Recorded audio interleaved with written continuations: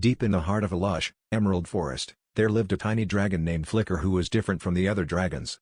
While most dragons could breathe fire, Flicker had a peculiar problem. Every time he hiccuped, a burst of vibrant colors shot out of his mouth, painting the air like a rainbow. At first, Flicker was embarrassed, hiding behind trees whenever a hiccup surprised him. But one day, he let out a string of colorful hiccups that painted the sky, catching the attention of the woodland creatures. Curious and amazed, they gathered around Flicker, urging him to follow the trail of colors. As Flicker nervously floated through the forest, the colors began to lead him to a hidden glade where a magical, colorless world awaited. The animals cheered, for they knew Flicker's hiccups were the key to bringing life and joy back to this forgotten place. Flicker realized his hiccups weren't a problem but a gift, sparking